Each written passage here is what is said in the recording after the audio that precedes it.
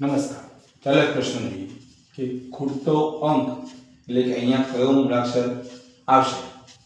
જેમ કે અહીંયા છે કે 10 5 11, આ બાજુ 12 8 6, તો અહીંયા અંગ્રેજી મૂળાક્ષર જી, નીચે એમ, તો વચ્ચે કયો અક્ષર હોઈ શકે. ચલો પહેલા આપણે સંબંધ સમજવાનો પ્રયાસ કરીએ.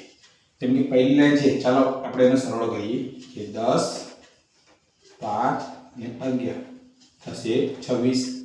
એ પ્રમાણે છેલ્લી લાઈન છે એને સરળ કરીએ 12 8 6, 12 ને 8 થી 6 26, બંનેનો સરળ સરખો થાય છે. હવે અહીંયા અંગ્રેજી મૂળાક્ષરોની લાઈન છે. આપણને ખ્યાલ છે કે અંગ્રેજી મૂળાક્ષરો પણ કુલ 26 છે.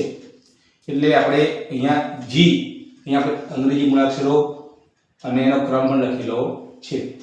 જેમ કે અહીંયા જી એટલે કયો નંબર, તો 7.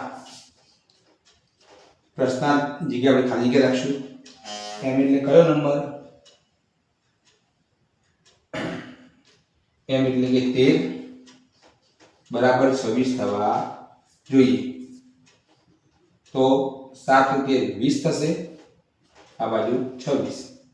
26 ઓછા 20 એટલે 6 નંબરનો જે મૂળાક્ષર છે જેમ કે એફ, તો આપણે જે જવાબ થશે સી.